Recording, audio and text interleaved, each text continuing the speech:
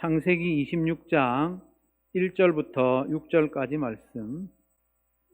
일찍이 아브라함 때에 그 땅에 흉년이 든 적이 있는데 이삭 때에도 그 땅에 흉년이 들어서 이삭이 그랄에 블레셋 왕 아비멜렉에게로 갔다. 주님께서 이삭에게 나타나셔서 말씀하셨다. 이집트로 가지 말아라. 내가 너에게 살라고 한 이 땅에서 살아라. 네가 이 땅에서 살아야 내가 너를 보살피고 너에게 복을 주겠다. 이 모든 땅을 내가 너와 너의 자손에게 주겠다. 내가 너의 아버지 아브라함에게 맹세한 약속을 이루어서 너의 자손이 하늘의 별처럼 많아지게 하고 그들에게 이 땅을 다 주겠다. 이 세상 모든 민족이 내 씨의 덕을 입어서 복을 받게 하겠다.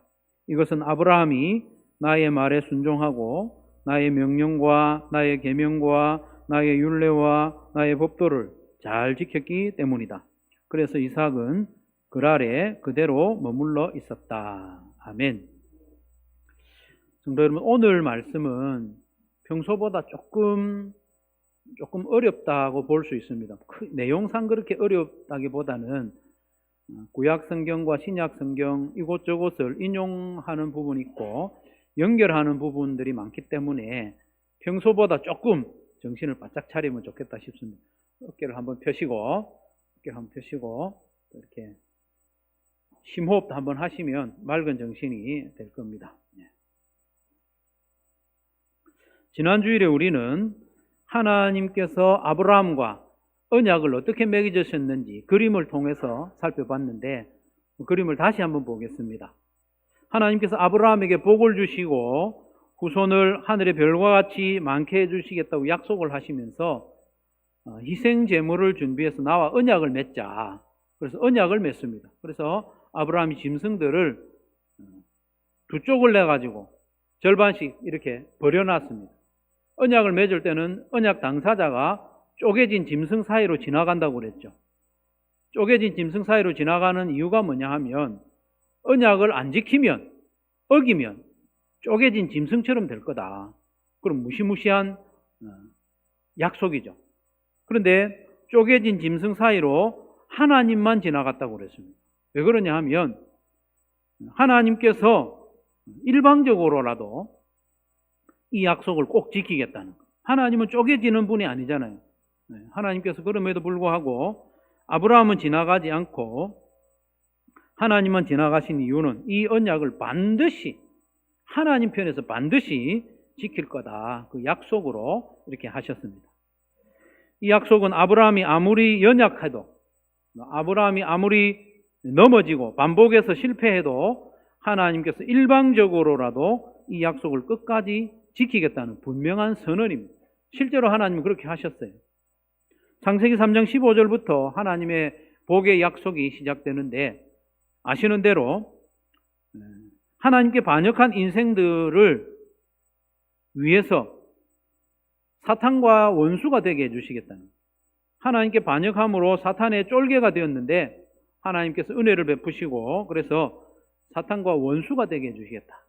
그리고 아들 예수님을 보내셔서 마귀의 머리를 짓밟겠다. 완전히 무찌르겠다. 너희를 완전히 구원하겠다. 그 약속 또한 하나님이 일방적으로 주셨어요. 아담과 하와가 이쁜 면이 뭐가 있겠습니까? 용서해 주세요. 회개한 것도 아니고 범죄한 그날에 하나님께서 일방적으로 약속을 하셨습니다. 그래서 오늘 본문에 보면 하나님께서는 그 약속을 단계에 맞게 쭉 이루어 가심을 확인할 수 있습니다. 물론 아직 예수님이 태어나시지는 않았어요. 하지만 아브라함과 이삭 때까지 그들이 이해할 수 있는 만큼 하나님이 약속을 하시고 또 그 약속을 이행하시는 거죠. 하나님께서는 아브라함의 아들 이삭에게 나타나셔서 말씀하셨어요. 이때 어떤 상황이었는가 하면 심각한 흉년이 들어가지고 이삭이 내가 이집트에 좀 내려가서 이 흉년을 좀 면해볼까 그런 생각을 할 때예요. 그때 나타나셔서 말씀하셨어요. 2절에서 4절 이집트로 가지 말아라. 내가 너에게 살라고 한 이 땅에서 살아라. 네가 이 땅에서 살아야 내가 너를 보살피고 너에게 복을 주겠다. 이 모든 땅을 내가 너와 너의 자손에게 주겠다. 내가 너의 아버지 아브라함에게 맹세한 약속을 이루어서 너의 자손이 하늘의 별처럼 많아지게 하고 그들에게 이 땅을 다 주겠다. 이 세상 모든 민족이 내 씨의 덕을 입어서 복을 받게 하겠다. 이렇게 복을 약속을 하신 거예요. 이 약속은 창세기 12장과 15장의 내용을 아브라함에게 하셨던 그 복의 약속을 그대로 반복하는 거죠. 약속의 내용 세 가지인데, 첫 번째, 너의 자손을 하늘의 별처럼 많아지게 해주겠다. 아브라함에게도 하신 약속이죠. 둘째, 너와 후손에게 이 땅을 다 주겠다. 셋째, 너의 씨, 너의 후손이죠. 후손, 여기 단수입니다. 단수, 3인칭 단수. 그리스도로 말미암아 이 모든 민족이 복을 받게 하겠다. 이 약속을 세 가지를 하셨어요. 그런데 이 복에 대한 약속은 일방적인 동시에 또 아브라함과 이삭이 믿음으로 순종할 때 이루어지는 내용. 믿음으로 순종할 때 이 복을 그 수준에 맞게 누릴 수 있게 된다는, 좀 어렵죠. 하나님께서 아브라함에게 그리고 이삭에게 약속하신 이 복은 하나님께서 반드시 이루시겠다는 약속이에요. 이들이 아무리 불순종하고 믿음이 부족해도 하나님이 일방적으로 끝까지 이루시겠다는 약속이죠. 그런데 아브라함과 이삭이 하나님의 약속을 믿고 순종할 때 실현되는데, 그 믿고 순종하는 것까지 누가 이루느냐? 하나님이 이루시겠다는 놀라운 약속입니다. 실제로 아브라함을 그런 믿음과 순종의 수준까지 인도하시고 만들어내신 분이 우리 하나님이시죠. 그 내용이 오늘 보면 5절에 나와 있습니다. 5절에 보면 이것은 이라는 말은 앞에 하나님이 이삭에게 복을 약속한 거죠. 이 복을 약속할 수 있는 것은 어떤 근거냐? 이것은 아브라함이 나의 말에 순종하고 나의 명령과 나의 계명과 나의 율례와 나의 법도를 잘 지켰기 때문이다. 아브라함이 하나님의 말씀, 명령, 계명, 율례, 법도를 잘 지켰기 때문에 이삭 너에게도 내가 이런 약속을 한다, 이런 말씀을 하십니다. 하지만 우리가 지난 주일에 잠시 살펴본 바에 따르면 아브라함이 그렇게 믿음 좋은 사람이 아니었잖아요. 아브라함이 그렇게 순종 잘하는 사람이 아니었지 않습니까? 하나님께서 사라를 통해 아브라함에게 아들을 주시겠다고 약속하셨을 때 아브라함이 어떻게 반응했습니까? 땅에 엎드려가지고 하나님 몰래 크크크 웃으면서 내가 나이가 100살이나 됐는데 내 아내는 나이가 90살이나 됐는데 어떻게 그런 아들을 얻을 수 있는가? 안 된다. 믿지 않았습니다. 헛웃음을 지었습니다. 그러면서 하나님, 이 하갈의 몸으로 태어난 이스마엘이나 하나님이 약속하신 그 복을 받기를 원합니다. 이런 불순종의 말을 하기까지 했지 않습니까? 사라도 헛웃음을 쳤습니다. 그러나 하나님께서는 그들의 헛웃음을 참 웃음으로 바꿔주셨어요. 웃음, 이삭, 아들 이삭을 허락해 주심으로 참 웃음으로 바꿔주셨지 않습니까? 그리고는 하나님께서 계속해서 아브라함을 연단시키심으로 그 믿음과 순종이 어느 수준까지 올라갔느냐? 아들 이삭을 하나님께 번제로 바치는 데까지 순종하기에 이른 거죠. 오늘 본문 5절, 방금 하나님께서 아브라함이 잘 순종했다고 인정하는 그 내용은 뭘 가리켜서 하시는 말씀이냐? 그 관련된 구절이 어디냐 하면 창세기 22장 내용이에요. 창세기 22장에 보면 하나님께서 아브라함에게 너의 아들 이삭을 번제로 바쳐라고 하는 거죠. 거기에 순종하는 내용을 연결해서 아브라함이 이렇게 순종 잘했다 칭찬하는 내용이 26장 5절이고 22장 16절에 18절 다시 한번 제가 읽어드리면 주님의 말씀이다. 내가 친히 맹세한다. 이 말씀은 아브라함이 이삭을 바친 이후에요. 바친 신용까지 한 이후입니다. 내가 친히 맹세한다. 내가 이렇게 너의 아들까지 너의 외아들까지 아끼지 않았으니 내가 반드시 너에게 큰 복을 주며 너의 자손이 크게 불어나서 하늘의 별처럼 바닷가의 모래처럼 많아지게 하겠다. 자손이 많아지겠다 했죠. 너의 자손은 원수의 성을 차지할 것이다. 땅을 차지한다는 말이죠. 내가 나에게 복종하였으니 세상 모든 민족이 내 자손의 덕을 입어서, 여기서도 자손이 단수입니다. 그리스도를 가리킵니다. 덕을 입어서 복을 받게 될 것이다 말씀하셨습니다. 여기서도 세 가지 복이 다 언급되고 있는데 이 복을 하나님께서 주시는 근거가 뭐냐? 네가 아들까지 바치는 순종을 했기 때문이라는 거예요. 그런데 아브라함이 이렇게 온전히 믿음의 사람이 되어서 아들 이삭을 바치라는 말씀에 복종할 수 있었던 것도 하나님의 열심이죠. 하나님의 열심. 하나님이 아브라함을 이렇게 인도해 주신 겁니다. 거기까지 순종할 수 있도록 만들어 주신 겁니다. 그것은 창세기 18장 18절 19절에 보면 하나님이 아브라함을 불러 복을 약속하실 때부터 그렇게 계획된 일입니다. 18절 19절에 보면 아브라함은 강대한 나라가 되고 천하 만민은 그로 말미암아 복을 받게 될 것이 아니냐. 내가 그로 그 자식과 권속에게 명하여 하나님의 도를 지켜 의와 공도를 행하게 만들려고 그를 택하였다. 이는 나 여호와가 아브라함에게 대하여 말한 일, 복에 대한 약속이죠. 그 일을 이루기 위해서 아브라함을 택하고 지금까지 인도하셨다는 말씀입니다. 아브라함과 그 자손들이 말씀을 따라 행하게 하는 것도 하나님이 이루시는 일이고 아브라함에게 약속한 복을 다 베푸는 것도 하나님이 행하실 일이라는 것을 이미 밝혀두었고 여러 차례 아브라함이 하나님을 실망시켰지만 끝까지 그를 인도하시고 다듬고 연단시키고 빚으셔서 창세기 22장에서 아들을 하나님께 드리기까지 복종하는 데까지 이르게 만들어주신 겁니다. 이게 하나님이 하신 일이에요. 아브라함이 잘나서 그런 게 아니고 이처럼 약속하신 복을 내려주시는 것도 하나님이 하시는 일이고 복을 받도록 믿음과 순종을 준비하는 것도 하나님이 하시는 일입니다. 하나님은 이 정도로 신실하신 분이심을 거듭 우리에게 가르쳐주고 있다는 것을 여러분 유념하시기 바랍니다. 그렇기 때문에 지금 약속을 받고 있는 이삭도 지금 아직 수준이 미흡합니다. 그런 이삭도 하나님이 앞으로 빚으시고 약속의 복을 받도록 만들어 가실 것을 우리가 기대할 수 있지 않겠습니까? 오늘 본문 바로 다음에 나오는 내용을 보면 이삭도 상당히 실망스러운 모습을 보여줍니다. 그랄에 머물러 살고 있었다고 했지 않습니까? 그랄의 왕 아비멜렉과 그 백성들에게 이삭이요 거짓말을 해요. 7절 주변의 말씀들을 보면 이삭의 아내 리브가를 내 아내가 아니고 여동생이다 막 거짓말을 해요. 왜 그렇게 했는가 하면 자기 아내를 빼앗아가고 자기를 죽일까 싶어가지고 내 아내 아니고 여동생이다. 이거 어디서 많이 본 모습 아닙니까? 누가 그랬습니까? 아버지 아브라함이 여러 차례 가는 곳마다 자기 아내를 여동생이라고 거짓말해요. 아들 이삭도 그런 모습을 보여주고 있어요. 이것은 단순한 거짓말이 아니고 하나님께 대한 불신앙입니다. 불신앙.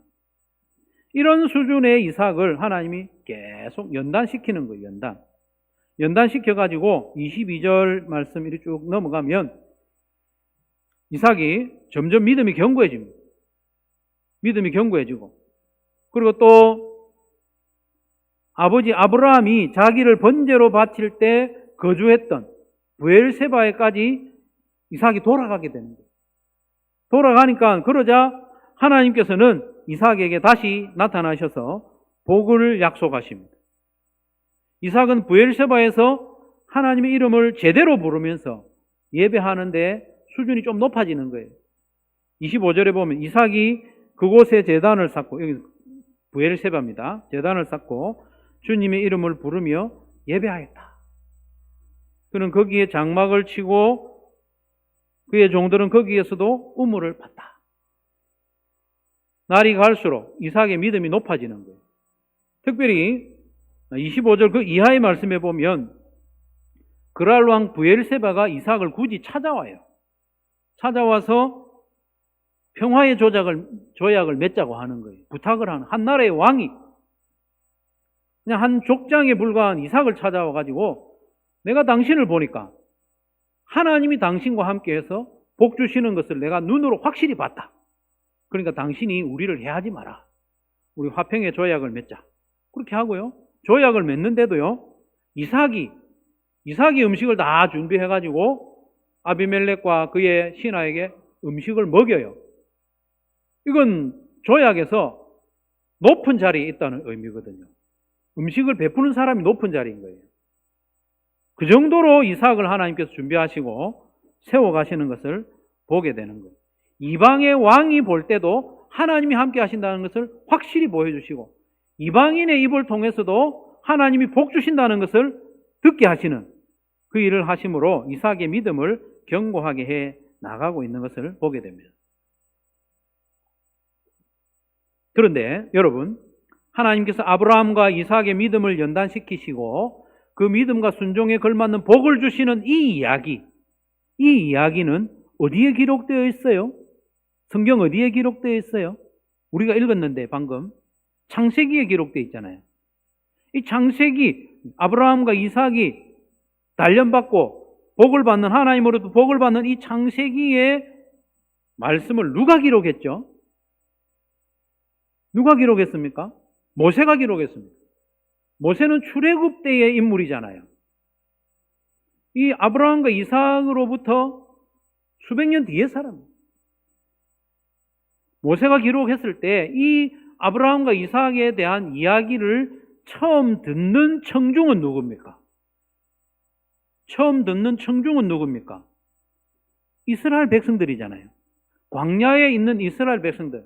특별히 이제 40년 광야 생활을 겨우 마치고 가나안 땅에 들어가게 된 이 이스라엘 백성들이 아브라함과 이삭을 단련시키시고 그들에게 복 주신 하나님에 대한 이야기를 이 이스라엘 광야에 있는 이 백성들이 듣게 되는 거예요.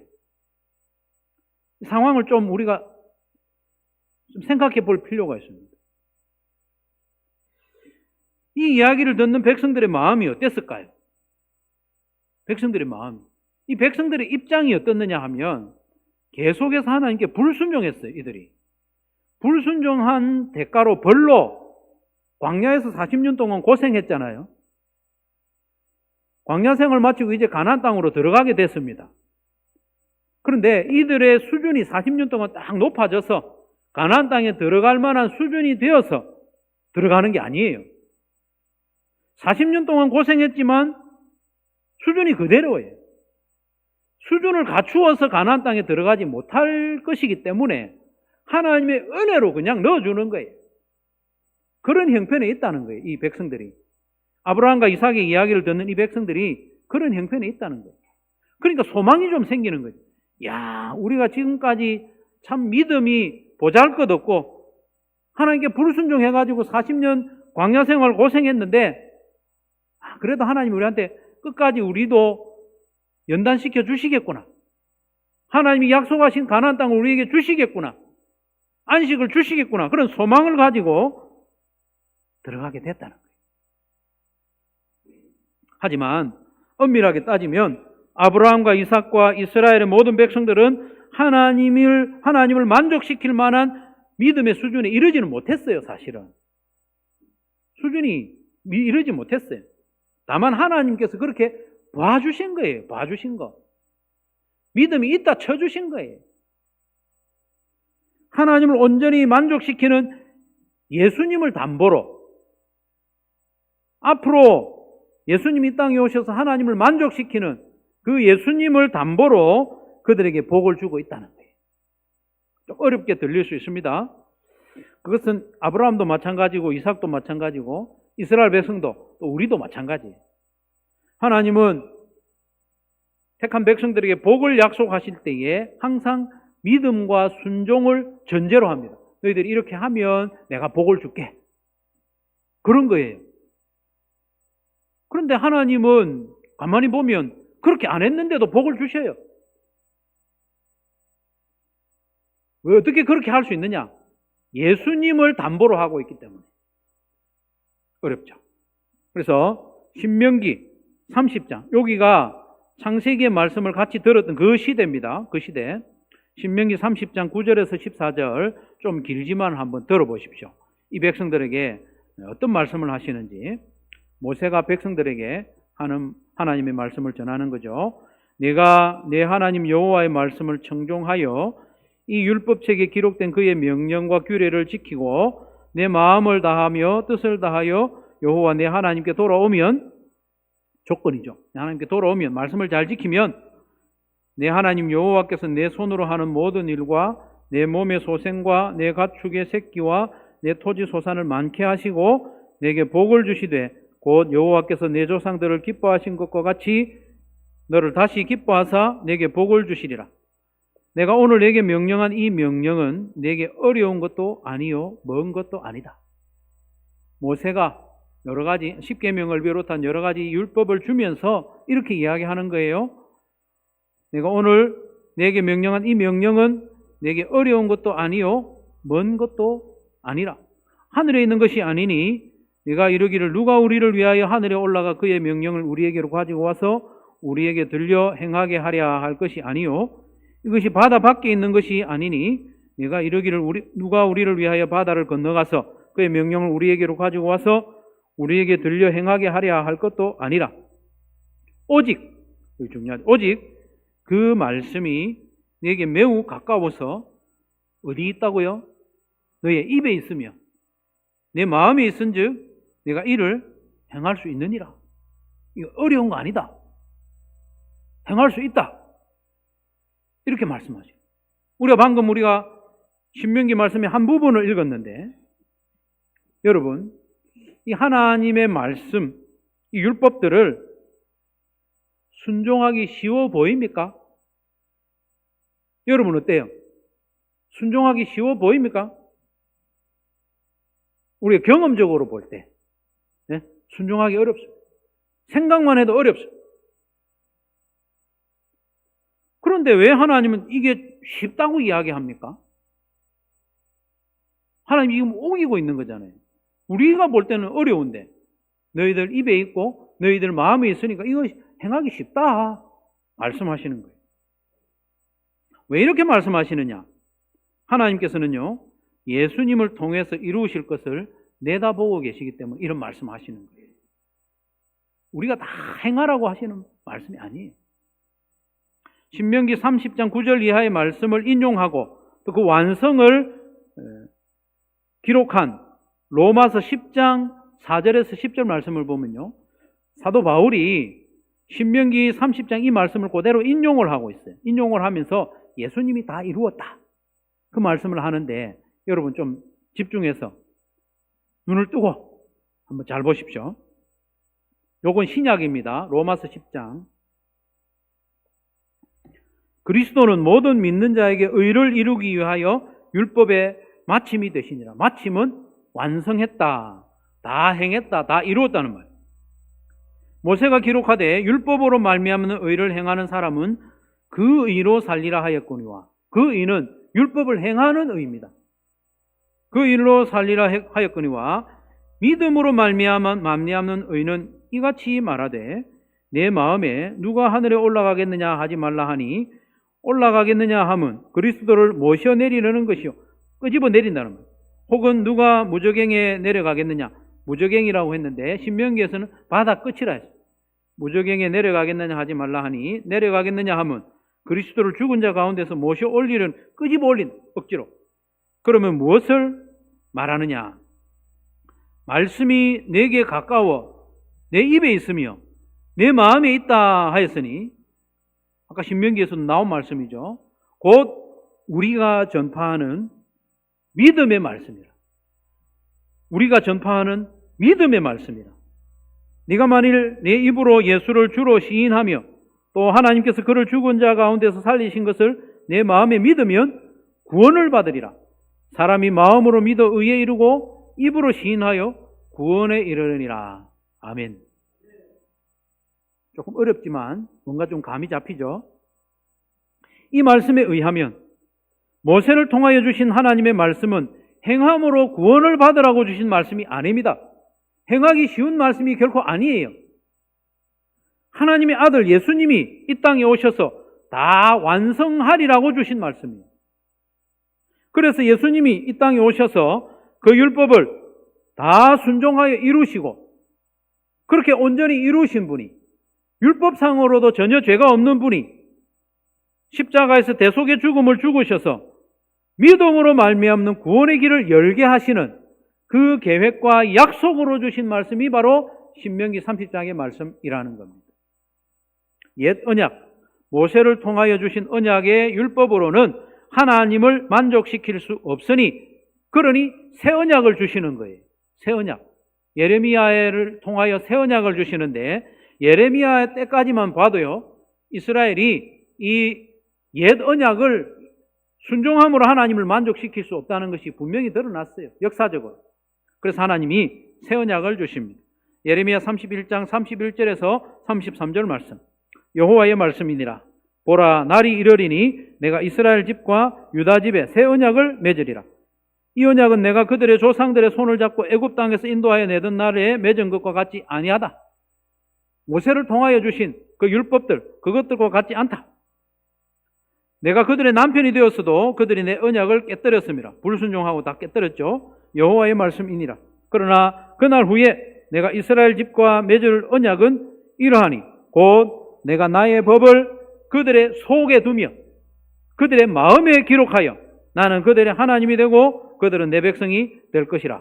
여호와의 말씀이니라. 아멘. 하나님이 이때부터 본래부터 하나님의 그 약속을 우리의 마음에 기록하기로 계획하고 계시고 예레미야를 통하여 말씀하신 이 새 언약은 우리의 마음에 기록된 새 언약, 이것은 바로 예수님을 가리킵니다. 바로 예수님입니다.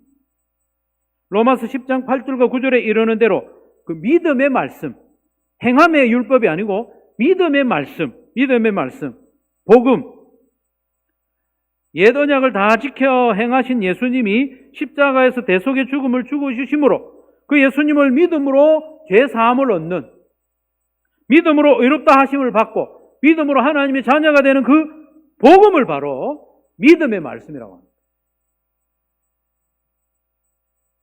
이처럼 창세기 3장 15절부터 시작된 이 언약, 일방적인 은혜, 이것은 바로 예수님께로 수렴하는 은혜의 언약입니다. 여러분, 창세기부터 요한계시록까지 하나님은 언약을 신실하게 지키심을 계속해서 우리에게 보여주고 있습니다. 물론 그 시대에 따라서 단계에 맞춰서 우리에게 보여주죠. 이해할 수 있는 만큼 계시는요 점진적입니다.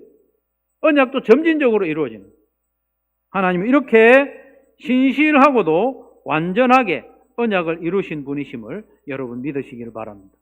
하나님은 너무 좋으신 분이에요. 신실하신 분입니다. 이렇게 신실하신 하나님께 대한 우리의 마땅한 반응, 유세베이야, 좋은 반응, 경건, 그게 뭡니까? 이런 신실하신 하나님께 대해 우리가 어떤 반응을 보여야 하겠습니까? 찬송해야죠, 찬송. 감사해야죠, 감사. 우리가 어떻게 찬양하지 않을 수 있으며 어떻게 감사하지 않을 수가 있습니까? 아담과 하와가 하나님께 불순종하고 반역한 바로 그날, 그 다음 날도 아니에요. 바로 그날에 예수님을 사람으로 보내셔서 하나님께 온전히 순종하게 하시고 마침내 십자가의 대속의 은혜로 우리를 구원해 주실 것을 약속해 주신 하나님, 우리가 찬양하지 않을 수 있습니까? 찬양해야죠. 시대마다 그 시대의 백성들의 수준과 단계에 맞는 언약을 주시고 또 그 언약에 턱없이 부족해도 언약을 취소하지 않고 미달되었음에도 예수님을 담보로 그들에게 은혜와 복을 베푸신 하나님께 우리가 어떻게 찬양하지 않을 수 있습니까? 어떻게 감사하지 않을 수 있습니까? 하나님께 택함을 받은 이스라엘 백성들조차도 언약을 지키지 못함이 완전히 드러났을 때에 예레미야를 통해서 새 언약을 약속하시고 때가 되면 새 언약의 주체가 되시는 예수님을 사람으로 보내셔서 우리가 이행하지 못한 그 언약의 율법을 온전히 이루게 하시고, 그래서 율법으로도 전혀 죄가 없는 예수님을 우리 죄를 모두 짊어지게 하시고 저주의 십자가를 지게 하신 하나님을 우리가 어떻게 찬양하지 않을 수 있습니까? 그 예수님을 믿어 구원을 받게 하신 하나님께 우리가 어떻게 찬양하지 않을 수 있으며 감사하지 않을 수가 있겠습니까? 사랑하는 성도 여러분, 이렇게도 신실하시고 은혜가 풍성하신 하나님께 우리 숨이 붙어 있는 날 동안 찬양해야 됩니다. 숨을 쉬는 날 동안 찬양해야 됩니다. 숨을 쉬는 날 동안 우리가 어떤 형편에 처하든지, 공고에 처하든지, 억울함에 처하든지, 고통에 처하든지, 육체적인 질병이 있든지 감사해야 돼요. 신실하신 하나님께 감사해야 돼요. 한 걸음 더 나아가서, 그러면 말씀에 대한 순종은 예수님이 하신 걸로 끝이냐? 순종과 우리는 전혀 무관하냐? 그렇지는 않습니다. 그렇지는 않습니다. 믿음으로 말미암은 구원은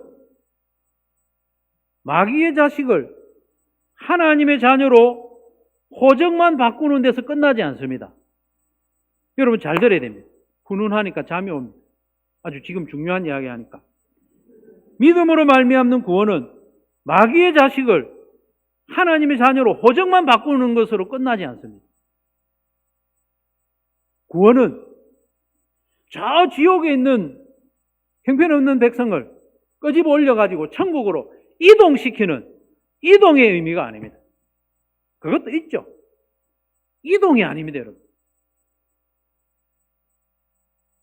아기가 태어나면 8달, 10달, 1년쯤 되면 걸음마를 연습합니다. 걸음마를 해요. 걸음마를 하는 아이에 대한 부모의 마음이 어떻습니까? 아이가 여기서 저기까지 이동하는 것이 목적입니까? 걸음마를 배우는 아이가 이쪽 끝에서 저쪽 끝까지 이동하는 게 목적입니까? 부모의 마음이 그렇다면, 이동하는 게 목적이면 부모가 이 아이를 달랑 들어가지고 이쪽에 옮겨 놓으면 끝이죠. 그렇지 않습니까? 이동하는 게 목적이면 그게 끝이에요. 부모가 달랑 들어가지고 여기 갖다 놔버리면 돼요. 그러나 부모의 마음은 그게 아닙니다. 걸음마를 배우는 이 아이가 다리에 힘을 얻고 처음에는 한 걸음 걷다가 꼬부라지고 두 걸음 걷다가 꼬부라지고 그렇게 하던 아이가 계속 연습해서 스스로 여기서 저기까지 걸어가는 것 아닙니까? 다리에 힘을 얻는 거 아닙니까? 온전한 사람으로 건강하게 자라는 것이 부모의 마음 아닙니까? 자식이 태어나는 걸로 끝은 아니잖아요. 아기라도 사람입니다. 아기라도 내 자식입니다. 걷지 못해도 자식입니다. 그렇기 때문에 이 아이가 넘어지고 또 넘어지고 또 넘어져도 수백 번 수천 번이라도 이 부모는 아이를 격려해가지고 걷도록 만들지 않습니까? 하나님 아버지의 마음도 똑같습니다. 우리를 하나님의 자녀로 호적에 올리는 것으로 끝이라면 그게 끝이죠. 지옥에서 천국으로 이동시키는 것으로 끝이라면 더 이상 뭐 할 게 없습니다. 그러나 우리 하나님 아버지는 우리를 하나님의 자녀로 삼은 뒤에 하나님을 사랑하기를 원하는 거예요. 하나님을 신뢰하기를 원하는 거예요. 하나님을 점점 알아가기를 원하는 거예요. 하나님께 점점 순종하는 삶을 살기를 원하는 거예요. 우리로 하여금 점점 하나님을 닮아가기를 원하는 겁니다. 그게 하나님 아버지의 마음입니다. 연습시키는 거예요. 하나님께 순종하도록, 하나님을 온전히 믿도록. 그래서 아브라함을 연습시키셨고, 그래서 이삭을 연습시키셨고, 우리에게도 마찬가지입니다. 하나님의 일방적인 언약은 우리를 하나님의 자녀로 호적에 올리는 데까지가 아니라 하나님의 자녀답게 살아가는 데까지입니다. 하나님은 우리로 하여금 거기에까지 반드시 이르게 하실 줄로 믿습니다. 오늘 우리는 자꾸 넘어지죠. 자꾸 넘어져요. 그러나 우리 하나님이 자꾸 연습시키죠. 그러니 우리는 날마다 하나님을 더 사랑하기를 원하고, 그래서 하나님의 말씀을 오늘도 펴서 한 구절 읽고 그것을 묵상하면서 내게 주시는 말씀을 발견하고 거기에 순종하려고 애를 쓰고 어제 넘어졌던 그 자리에서 또 일어나서 연습하는 거 아니겠습니까, 여러분? 우리의 신앙생활은 바로 그겁니다. 오늘 본문에 보면 이삭도 자기 단계에 맞는 순종을 연습합니다. 하나님께서 이삭에게 말씀하시기를 이집트로 내려가지 말고 이 땅에 살아라. 이건 뭔 심오한 명령이 아닙니다. 단순한 말씀이죠. 이게 뭐 크게 윤리적인 명령도 아니에요. 왜냐하면 자기 아버지 아브라함도 흉년이 이르렀을 때 이집트로 피난 갔다가 돌아온 적이 있거든요. 아주 단순한 말씀이에요. 그러나 이삭은 이 단순한 말씀에 믿음으로 순종했어요. 이 작은 순종을 통해서 하나님이 그를 철저하게 보호하시고 점점 훈련시켜가지고 믿음의 수준이 높아지고 순종의 수준이 높아지도록 만들어 가신 거잖아요. 순종을 통해서 믿음이 자랍니다. 성도 여러분, 하나님께서는 우리 수준에 맞는 말씀, 내 단계에 맞는 말씀을 언제나 하십니다. 예배를 드리는 중에 하시기도 하고요. 광고 시간에 하시기도 하고요. 개인적으로 말씀을 묵상할 때 하시기도 하고요. 기도할 때도 하시기도 합니다. 그 말씀이, 우리에게 주시는 그 말씀이 아주 단순할 때도 있어요. 너 딴 데 가지 말고 여기서 살아라. 너 이 사명 붙잡고 버텨라. 그런 말씀을 하실 수도 있잖아요. 어떤 경우에는 VIP를 작정합시다. 그것도 하나님께서 우리에게 주시는 말씀이에요. 일주일에 한 번은 새벽기도 나옵시다. 이것도 하나님이 주시는 말씀입니다. 감사 나눔 열심히 합시다. 아, 목사님은 늘 하는 말이 그 말이고. 왜 단순할까요? 그거부터 해야 되기 때문에 그런 거예요. 유치하고 단순한 거, 그거를 해야 다음 단계로 높아가지죠. 그렇지 않습니까? 모든 것은 그렇습니다. 단순한 순종을, 유치한 데 순종을 해야 그 다음 단계로 나아가고 고상한 순종으로 나아갈 수 있는 것 아닙니까? 오늘 당장에 하나님께서 우리에게 너희들 다 자식 다 바쳐. 높은 명령 갑자기 하시면 우리가 감당이 안 되잖아요. 그러니까 단순하고 유치한 명령을 우리에게 하시는 겁니다. 그거부터 해. 그리고 아들을 바칠 만큼 크게 순종하는 사람은 작은 거 다 순종 잘해요. 사랑하는 성도 여러분, 신실하신 우리 하나님을 신뢰합시다. 평안을 누려도 돼요. 평안을 누려도 돼요. 내가 자꾸 넘어지고 실패하고 그래도 괜찮아요. 괜찮아요. 하나님이 또 이렇게 주셔요. 힘내십시오. 용기를 내십시오. 그러면서 하나님을 찬양하는 거예요. 하나님이 아브라함 보니까 끝까지 책임지셨네. 이삭을 보니까 끝까지 책임지셨네. 이스라엘 백성들 보니까 끝까지 책임지셨네. 절대 안 되는 수준이 확인되니까 새 언약을 주셨네. 우리도 끝까지 끌고 가시는 거예요. 하나님의 자녀답게 조금씩 걸음마를 배우도록 인도해 주시는, 믿고 찬송하고 감사하면서 한 걸음 더 순종하는 연습해 나가면 됩니다. 그러면 하나님께서 우리를 책임지고 하나님께서 계획하신 그 수준에까지 이르게 하실 줄로 믿습니다. 순종해 나가는, 그래서 하나님이 기뻐하시는, 그래서 하나님께서 약속하시는 그 복을 이 땅에 사는 동안에도 받아 누리는 저와 여러분 되시기를 주님의 이름으로 축원합니다.